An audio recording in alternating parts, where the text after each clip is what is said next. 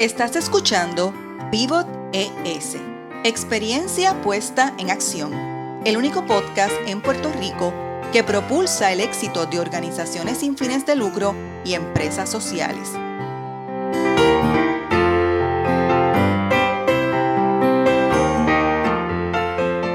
Soy Marieli Rivera, de Changemaker Foundation, y escucharás a líderes que innovan con soluciones para el desarrollo sostenible.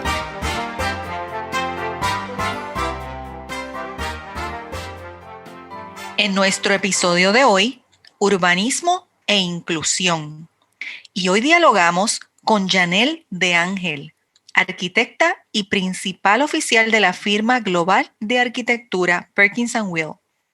Una comprometida líder con la resiliencia urbana y comunitaria que ha liderado esfuerzos para Puerto Rico con ahínco, desde el embate del huracán María, a favor de la revitalización y diseño de infraestructura social responsable bajo la iniciativa Resilient Sea.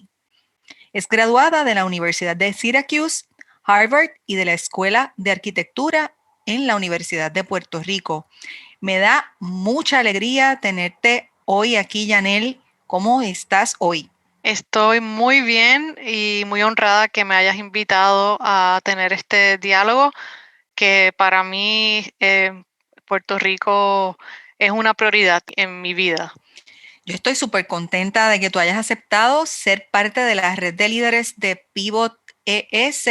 Es un verdadero placer y un gusto tenerte como invitada. Admiro mucho tu trabajo y nos une el compromiso con el sector sin fines de lucro y con las causas. Creo que fuimos tocadas por la devastación social, emocional y física que dejaron los huracanes Irma y María en el 2017.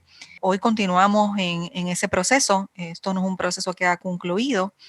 Y creo que hemos aprendido mucho de esa experiencia. Luego hemos vivido terremotos y pandemia para acabar de completar el aprendizaje. Y creo que es una continuidad porque somos vulnerables a otros desastres naturales y en este caso, pues aparte de lo de la pandemia. Así que por ello pienso que es crucial conversar sobre urbanismo, inclusión y comunidad. Pero antes de dialogar y profundizar en esos temas que a ti y a mí nos gustan tanto, cuéntanos quién eres, a quién representas y qué es lo más que te gusta de lo que haces. Pues soy arquitecta, me eduqué en la UPR como bien dijiste, luego me vine a estudiar a Estados Unidos. Ya en aquel momento comencé mi familia por acá y decidimos quedarnos por acá. Más sin embargo, siempre todos los años íbamos a Puerto Rico.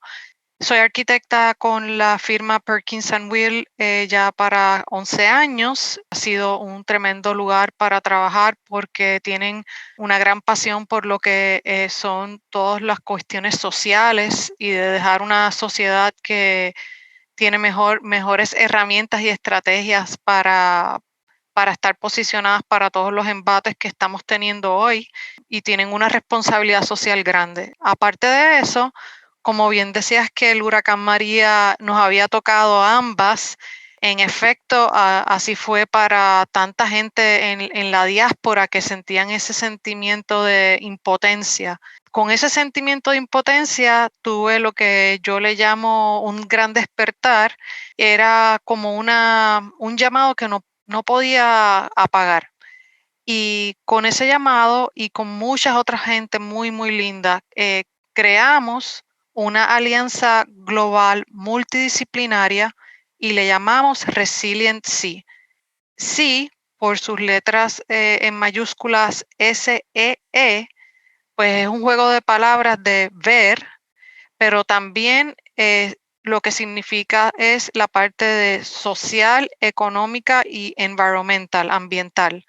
Entonces queríamos traer ese lente inclusivo y más completo, y por eso es que somos multidisciplinarios, porque nuestros equipos se componen de, según sea el problema que hay que solucionar y la necesidad, el equipo tiene esa diversidad de pensamiento crítico, perspectiva, porque, bueno, los problemas que tenemos son muy grandes para ser resueltos en silos. Y eso Es súper interesante porque nos pone a hablar lenguajes con perspectivas diferentes, pero que al final se enlazan, ¿verdad? En un solo fin. Y yo creo que el tema en Puerto Rico de urbanismo y la vivienda resiliente, pues ha quedado claro que es central. Y como tú muy bien decías, ustedes y nosotros en esta experiencia de los huracanes, a través de todo lo que se divulgó mundialmente en cuanto a cómo estábamos nosotros en Puerto Rico, en la etapa más crítica, posteriormente luego en una etapa intermedia crítica y hasta el momento de hoy que sigue siendo crítica, pero no igual al inicio de la emergencia, sigue siendo el tema de la vivienda puntual. Y aunque antes del huracán o de los huracanes, porque nos olvidamos que son dos y que siguen habiendo otras vulnerabilidades como los terremotos, el tema de la vivienda siempre ha sido un tema destacable. Pero no queda duda, ¿verdad? Es indudable que al haber esta situación de los huracanes, descoloca asuntos que a lo mejor estaban pues vistos de manera, yo diría que tal vez aislada, en segunda línea de prioridad. Y definitivamente hay mucho trabajo por hacer, ¿verdad? Desde todos esos aspectos que incluyen política social, educación comunitaria y una transformación del propio diseño en términos de ese diseño resiliente que debemos compartirlo ya como algo permanente y no pensarlo como que es algo, ay, que lo voy a hacer porque por si acaso. No, no, es algo que hay que integrar. Pero fíjate, a mí me encantaría que tú compartieras con nosotros tres aspectos críticos de esos temas para que nos ayuden a ubicarnos ante esa necesidad, ¿verdad?, de priorizar los temas urbanos en Puerto Rico. Claro que sí. Para mí hay tres aspectos fundamentales y todo comienza por la participación comunitaria, porque la resiliencia es un proceso de co-creación. No es como de repente llegamos con las ideas y pensamos que la comunidad las va a aceptar.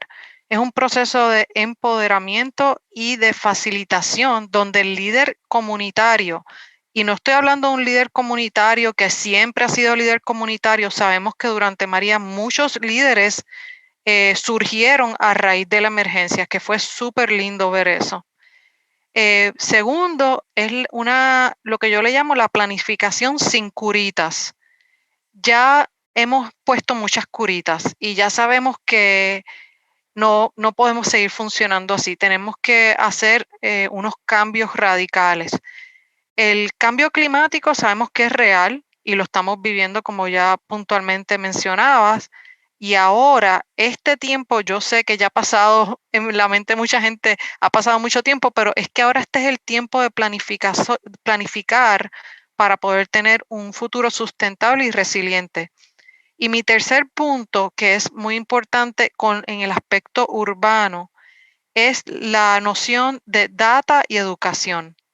Cuando estamos hablando de diseño urbano, no necesitamos un proceso estético de, mira, lo pintamos y lo ponemos bonito. No, estamos hablando de un proceso basado en data científica donde nos educamos al ver la data objetivamente, hacemos que esa data sea visual, ¿no? Para que sea fácil de digerir y con esa data podemos tener un diálogo sensato hablando de esas realidades y cómo resolver esas realidades.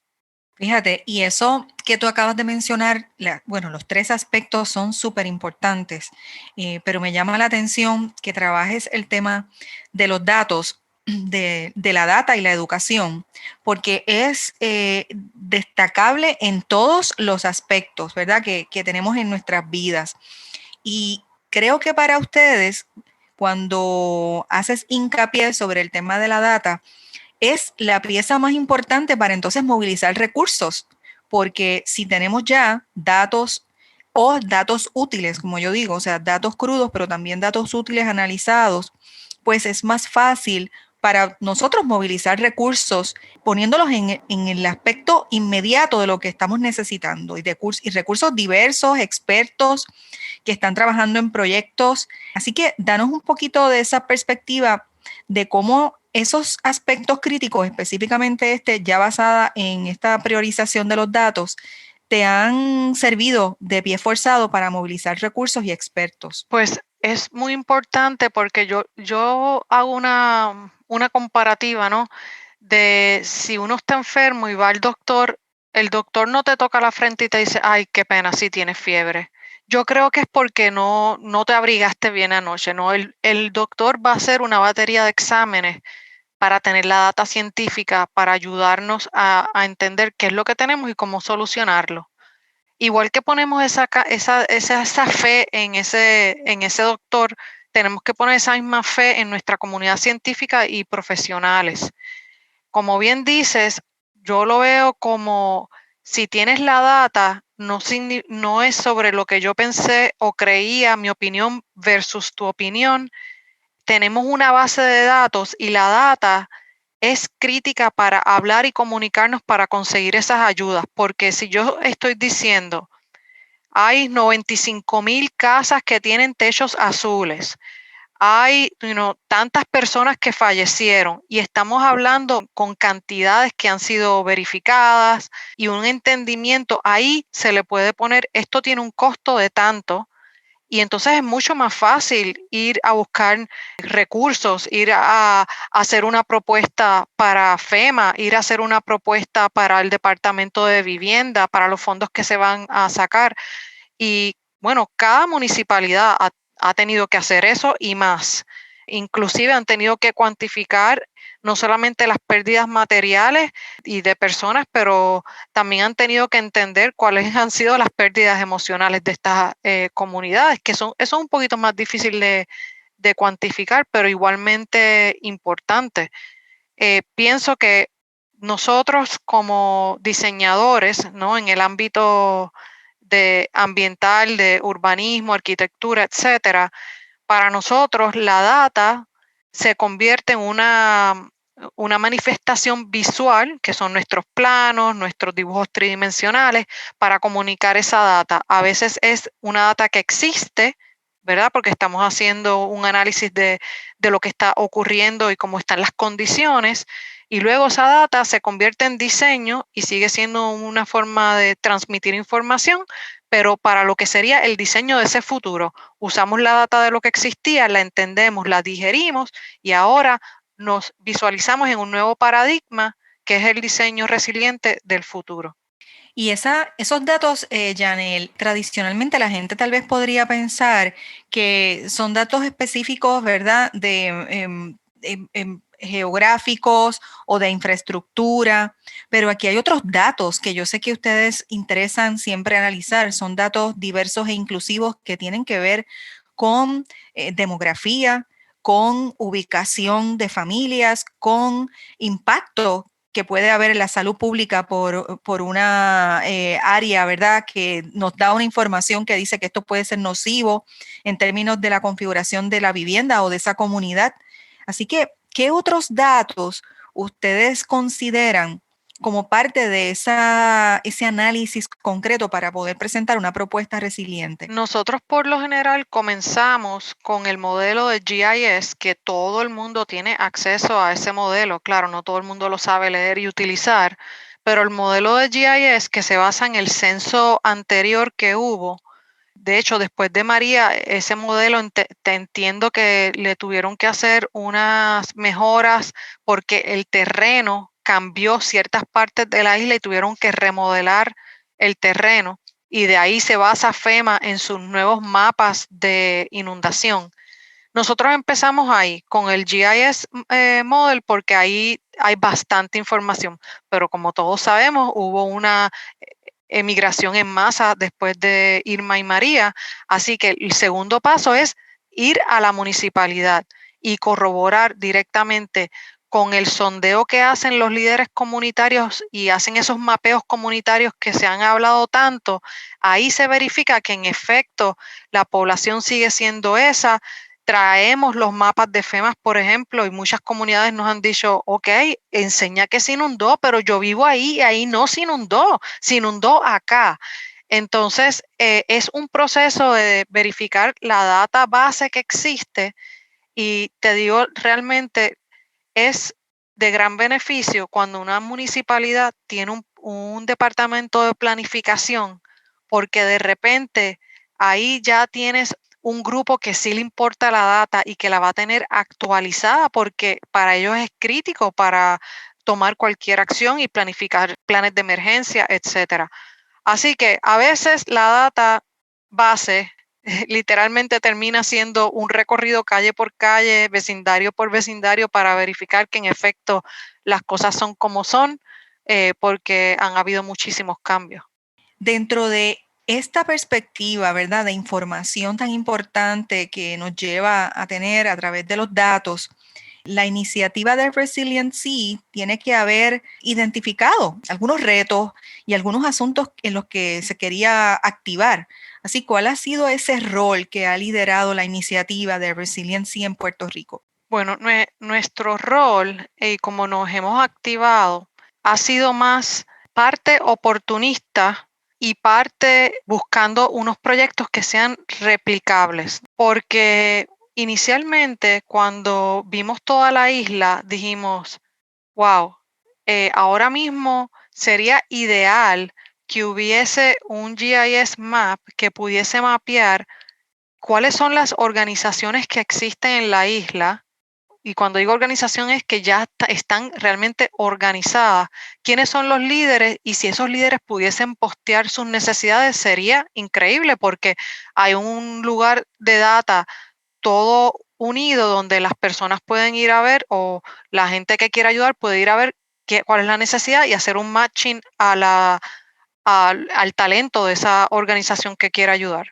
Eso fue una de las cosas que al principio dijimos, qué pena que no existe. Eventualmente surgió una herramienta muy similar, y por esa razón, por no saber dónde ayudar, inicialmente pensamos, deberíamos de hacer algo que geográficamente sea diverso, ayudar en 3 áreas distintas de la isla, porque nos importaba mucho que los proyectos fueran replicables. ¿Por qué?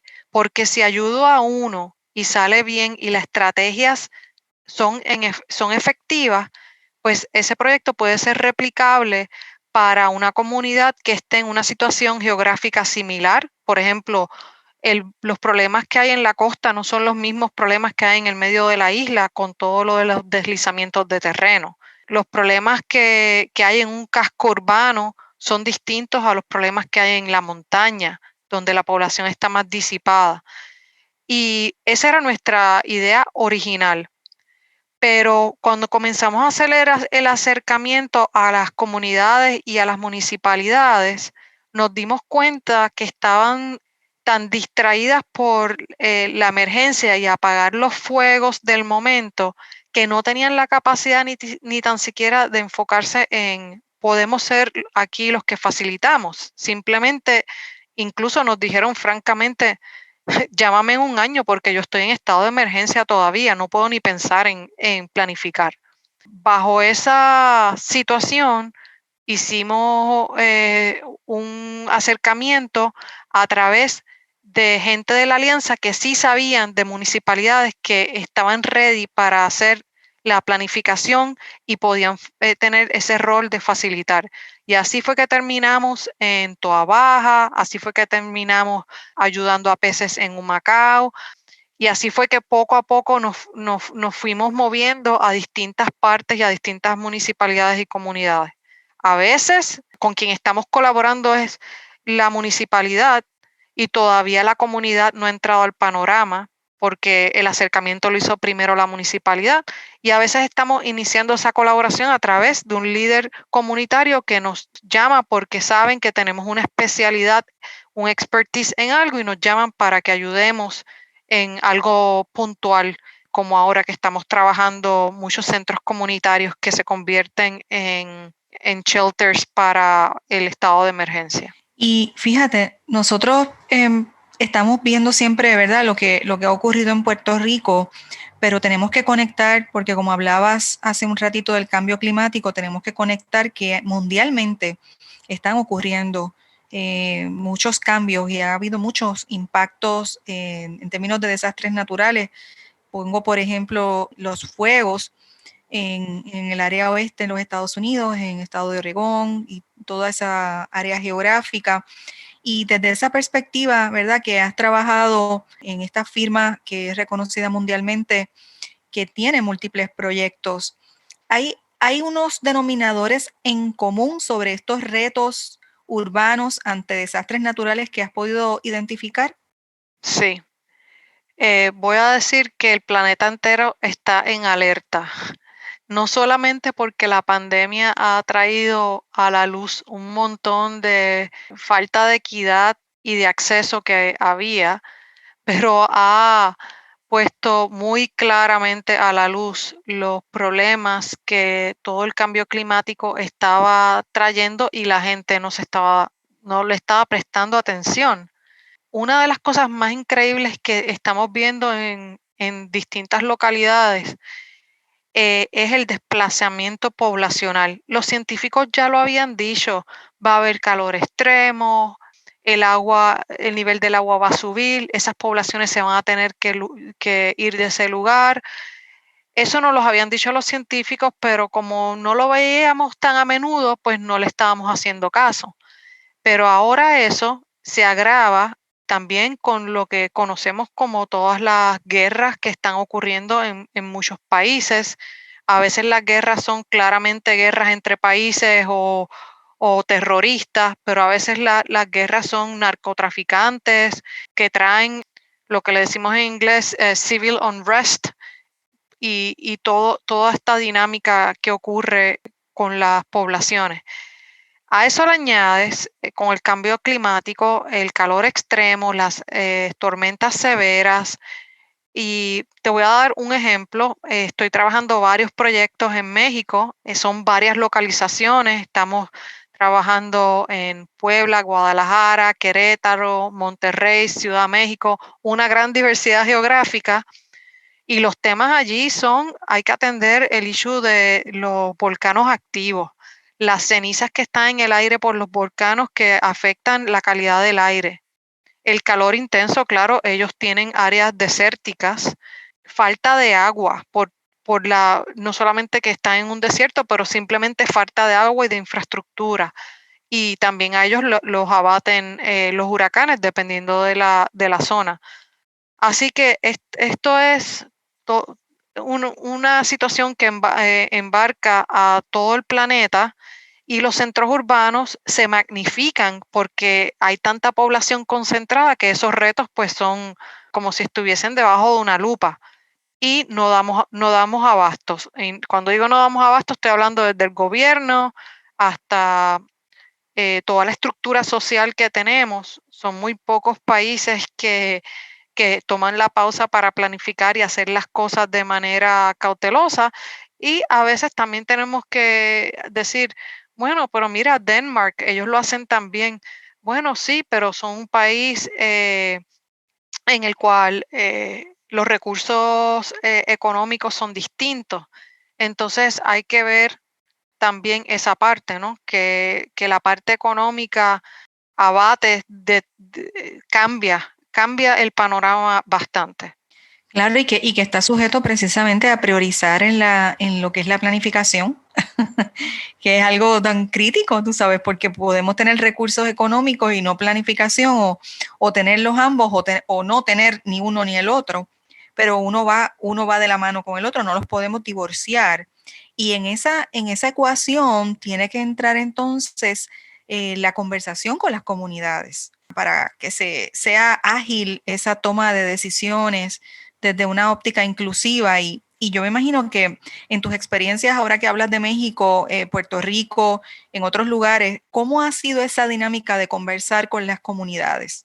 Pues mira, las comunidades por lo general han estado vulnerables, han desarrollado como mecanismo de defensa y de sobrevivencia esta idea de que si viene alguien a ayudarme, debo de estar pensando que a lo mejor quieren algo a cambio o que están entrando a mi espacio y me van a prometer cosas que luego no van a cumplir. Entonces, yo entiendo perfectamente de dónde viene esa comunidad, porque la vulnerabilidad que ha tenido ha hecho que pues tenga ese pensamiento. Cuando nosotros comenzamos una interacción con la comunidad, lo primero que decimos es que ellos son los expertos, que ellos son los que viven día a día la realidad de su comunidad y las situaciones que abaten a su comunidad, y que nosotros estamos aquí para ofrecer, vamos a decir, un coaching. Estamos aquí para ayudar a clarificar las prioridades que hay que atender, a facilitar diálogos que a lo mejor no han podido tener, y en esa facilitación la comunidad, la participación comunitaria es primordial.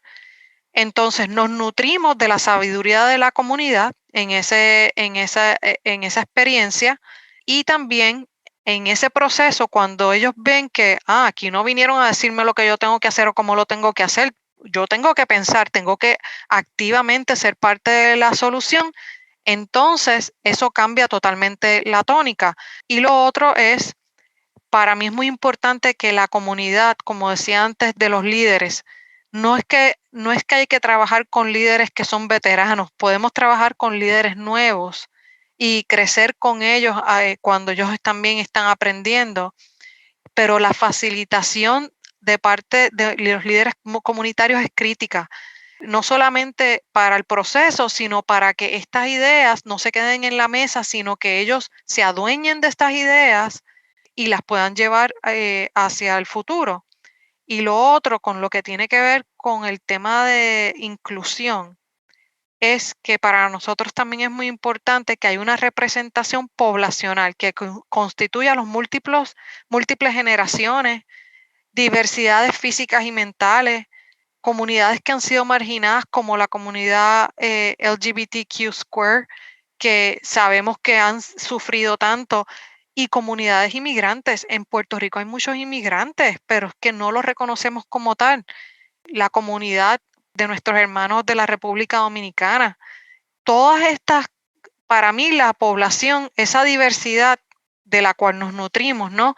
Hay que verla en su totalidad y con todas sus complejidades. Y ahí es que en realidad llegamos a la riqueza de los problemas para poderlos resolver. Todo el mundo trae su propia perspectiva y juntos colaborando llegamos más lejos. Y ahí es que se refuerza, Yanel, el concepto de apoyo mutuo, pero que precisamente comienza por lo que tú decías, que es confiar. O sea, confiar entre las partes.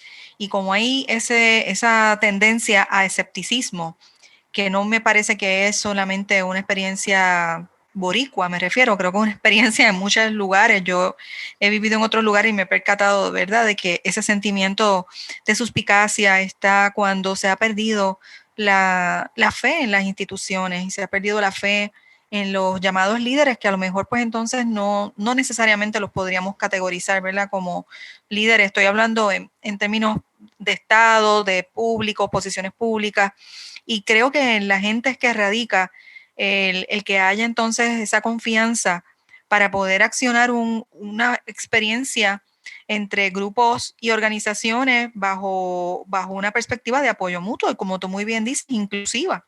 Me parece traído de la comunidad LGTBQ y de las comunidades de extranjeros, inmigrantes, es pertinente, porque ya nosotros nos convertimos en una comunidad hace tiempo diversa. Creo que es importante aprender a trabajar en esa perspectiva, ¿verdad?, de diversidad, y no a nivel de que esto solo es mío y lo voy a proteger para los míos, que es como un instinto aprendido, porque es aprendido de hacer esas cosas, y no colectivo, no de que nos beneficiamos todos. Así que me parece que la experiencia de ustedes es bien importante, eso que tú has traído de cómo integrar, ¿verdad?, esa conversación en las comunidades para luego replicar tanto experiencias como proyectos, porque eso es lo que queremos. Sí, y quiero añadir con lo del apoyo mutuo. Hay veces que me han llamado líderes comunitarios y yo escucho cuál es el problema y la necesidad de ellos. Y a veces les tengo que decir, es que yo no soy la persona para ayudarle. La persona para ayudarle, yo lo voy a conectar a usted mejor con esta comunidad que ya resolvió ese problema. Y entonces se convierte en un asunto de comunidad a comunidad ayudándose, dando lecciones aprendidas, y es mucho más efectiva porque entonces crean estas conexiones para ayudarse. Y lo otro es que también, y esto va un poquito a la pregunta anterior, cuando llegamos a la comunidad, decirle con claridad lo que podemos y lo que no podemos hacer con honestidad. Estos son nuestros recursos, esto es lo que podemos hacer hasta ahora. Luego se pueden identificar otros recursos, otras personas y organizaciones que puedan entrar, pero esto es lo que yo puedo hacer ahora para que no haya una expectativa que no sea transparente. Me parece importante y te voy a decir que una y otra vez lo agradecen. Y si yo te digo, iba a tener esta solución para este día y no la tengo, prefiero llamar, somos humanos, y decir, no se pudo hacer de esa manera porque pensé que iba a hacer este curso y tomó este otro curso. Comunicación abierta es súper importante. Fíjate, tú has comentado algo bien clave, que es el tema de las lecciones aprendidas, que, ¿verdad? Tenemos a diario algunas muy específicas, otras a nivel de un proyecto más longevo. Y planteamos dos, por lo menos, de esas lecciones en este caminar, siendo formadora, ¿verdad? Y co-creadora de proyectos de urbanismo. ¿Qué dos lecciones tú puedes compartirnos de ese liderazgo? Mira, una lección no es que yo no tenga fe en que las organizaciones y las comunidades se pueden organizar y hacer las cosas por ellos mismos, porque hemos visto una y otra vez que sí lo pueden hacer. Pero cuando estamos hablando de proyectos urbanos de cierta envergadura, es muy difícil hacerlos sin tener a la municipalidad como parte de ese diálogo. Entonces, pienso que cuando las municipalidades, y había traído este tema antes del departamento de planificación, que no todas tienen los recursos para tener un departamento de planificación, cuando lo tienen, cambia totalmente cómo se pueden agilizar las cosas. Una idea, tal vez media descabellada, pero pienso que si algunas municipalidades se pudiesen unir y compartir un departamento de planificación regional como recurso, les facilitaría muchísimas cosas. Inclusive les facilitaría escribir para recibir grants y ayudas porque ellos están capacitados para hacer eso. Lección número uno sería eso, un departamento de planificación, si no se puede por municipio, regional. Y a lo mejor regional sea hasta más efectivo. Lección número dos es que tenemos que cambiar la forma en que pensamos y que las soluciones y las intervenciones que hagamos tengan un diálogo, una comunión al unísono con la naturaleza. Y claro, siempre queremos la tecnología, pero tenemos que empezar con esa coordinación con la naturaleza, porque ya sabemos que el agua, por ejemplo, el caudal de un río, va a ganar, siempre va a ganar. Tú puedes canalizar ese río, puedes hacer mil cosas, pero al fin y al cabo, la madre naturaleza nos gana. Entonces vamos a trabajar con ella y añadirle gotitas de tecnologías para tener un poquito más de ventaja de cómo podemos trabajar la cosa con las innovaciones que hay hoy para hacerlo al unísono y que de verdad funcione. Me parece genial, estoy de acuerdo contigo con lo de la naturaleza tanto porque he visto en muchas instancias oportunidades donde se puede armonizar entre lo que sería, ¿verdad? Una planificación y el respeto o la integración, porque también es un asunto de inclusión ambiental y natural de nuestro entorno, que es donde vivimos, es el mundo, el planeta, o sea, nuestros espacios. Así que me parece genial. Me parece genial también eso que acabas de decir del departamento de planificación, que estoy contigo. Me parece que sería más efectivo regional. Incido en que debe ser una prioridad en este momento colocar esfuerzos y a mí me consta en las instancias donde las fuentes de fondos, en este caso fuentes de fondos pueden ser federales o privadas, prefieren y aplauden un esfuerzo en coalición. un esfuerzo regionalizado, porque no solamente están colocando una cantidad de dinero, de recursos económicos para muchas personas, sino que también se aquilata el esfuerzo de organizarse y de establecer, ¿verdad? Una discusión ordenada e integrada con las personas que viven en esa región. Así que esto se va a convertir en otro tema, porque de planificación regional nada más podemos hacer otro episodio y me va a fascinar invitarte y tomar esa, ¿verdad? Esa iniciativa de discutirlo. Siempre hay mejores prácticas, ¿verdad? Tú como líder, en tiempos así de esta crisis continua que tenemos, tanto mundial por la pandemia, crisis económicas, crisis sociales en general, pero siempre hay una manera de tú decir, mira, estas son mis 2 mejores prácticas como líder. ¿Cuáles serían las tuyas? Pues mira, hablabas de todo lo que nos ha caído, el terremoto, el huracán, la pandemia ahora, creo que hasta cayó un meteorito en el Caribe que gracias a Dios no causó un tsunami. Como dicen mis colegas del voluntariado de ingenieros, cuando estamos colaborando con comunidades y personas, la interacción es 80% emocional y 20% técnica, porque hemos pasado por mucho y tenemos una herida abierta. Me parece que para mí lo más importante en estos momentos es una transformación emocional donde podamos estar en un plano que como sociedad tengamos la empatía de vernos unos a otros y dejar toda la parte política a un lado, vernos de hermano a hermano, hermana a hermana. Pienso que para mí eso ha sido súper importante. Y dentro del tema de la empatía, de eso podemos hablar también un montón, porque empatía, ¿verdad? Lo más básico es ponerte en los pies del otro. Entonces, si haces eso, puedes comenzar a ver distintas perspectivas y abrir un poco cómo pensamos. La otra importante lección que nunca se me había ocurrido, porque yo soy una persona de estar en el espacio reunida con la gente, muy próximos unos a otros, dibujando en la pared, moviéndome acá, yendo a través de la comunidad, ha sido tener que hacer este pivote hacia lo que sería una plataforma virtual. Y al principio me pensé, es que no va a ser efectivo porque no estoy ahí con ellos.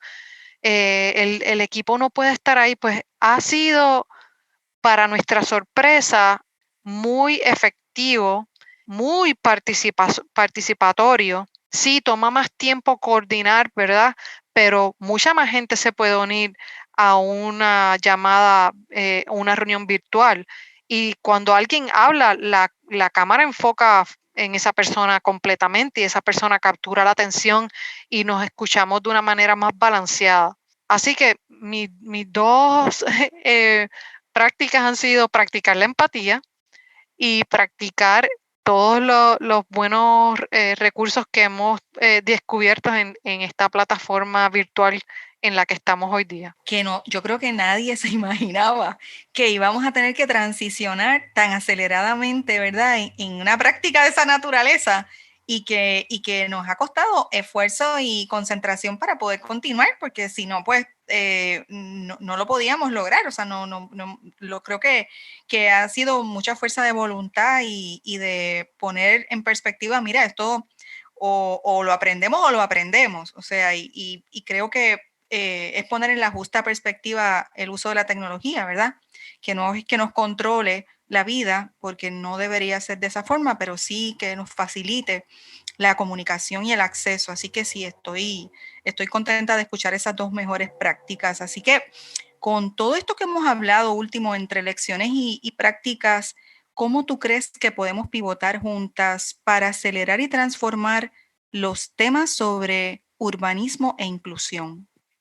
Pienso que la educación es crucial, no solamente porque tenemos que levantar un conocimiento básico, porque es que para llegar a lo que queremos hacer, que es salir de donde estamos a través de un diseño. Y cuando digo diseño, no estoy necesariamente hablando de un diseño urbano, porque todos somos diseñadores, todos somos creadores de nuestro futuro.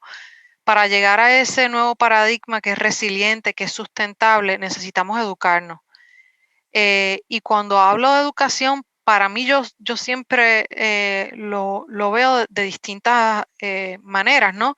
Si estoy hablando con la población en general, tengo que entender de dónde viene esa población y, como dicen por ahí, hablar en arroz y habichuelas. Y luego tengo que pivotear, hablar de una manera distinta para los recursos que necesitarían, por ejemplo, líderes comunitarios. También a veces hay que pivotear y para hablar con líderes políticos tienes que pensarlo de una manera distinta, ¿no? Porque tienes que ser muy directo, tienen el tiempo comprometido y nada, uno tiene que calibrar cómo educa al otro dependiendo de donde el otro está parado. Pero para mí, parte de esta educación es súper importante los líderes del mañana y esa es nuestra juventud que ahora mismo están en las escuelas, todavía tal vez no han llegado ni tan siquiera a grado universitario. Para mí es súper importante incluirlos a ellos. De hecho, muchos de los proyectos que tenemos han sido en colaboración con universidades. Por ejemplo, ahora estamos trabajando un proyecto, aunque es en Puerto Rico, tengo una estudiante puertorriqueña y otro muchacho que trabajaba antes con FEMA y estamos colaborando y ellos van al Boston Architectural College, pero escucharon de nuestros proyectos y quisieron trabajar con nosotros. Y por segundo, pues necesitamos más proyectos pilotos. Te hablaba antes de la idea esta de que sean replicables, proyectos demostrativos. Tenemos hambre de eso, porque cuando vemos un modelo que funciona y lo entendemos, es mucho más fácil convencernos unos a otros de que esto sería un modelo que se puede aplicar, claro, con los cambios necesarios para hacerlo contextual a distintas comunidades, áreas, etcétera. Eh, y eso habla de cuando uno ve algo exitoso, pues lo quiere emular porque ya es una cosa que ha sido probada. Eh, pues pienso que la educación, no sé cuántas veces puedo subrayarlo, pero con la educación es como podemos comenzar a transformar, porque nuestro entendimiento sobre los problemas serían más claros y podríamos entonces entrar al ámbito de las soluciones, que es lo que queremos hacer para el futuro. Pues fíjate, yo me uno a ti y me comprometo a subrayar la educación y a incentivar y apoyar esa visión de proyectos demostrativos.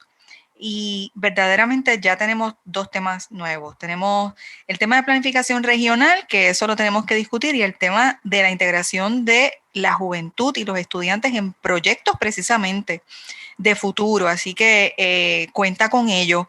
Yo verdaderamente muy agradecida de que haya separado este tiempo para compartir conmigo y con nuestra audiencia. Tu experiencia es invaluable, el conocimiento tuyo es esencial, las aportaciones que has hecho son verdaderamente importantes y valiosas. Así que vuelvo a confiar en que estaremos en este espacio discutiendo temas de emprendimiento de estos que nos gustan tanto. Así que si te gustó, Janel, este episodio, importante que lo compartas, que nos escuchen a través de las plataformas, porque estamos en varias: Spotify, iTunes, Stitcher, Google Podcast, Apple Podcast, Anchor, iBox, Buena Vibra Radio en Orlando. Mira, tenemos el oído puesto allí en la Florida.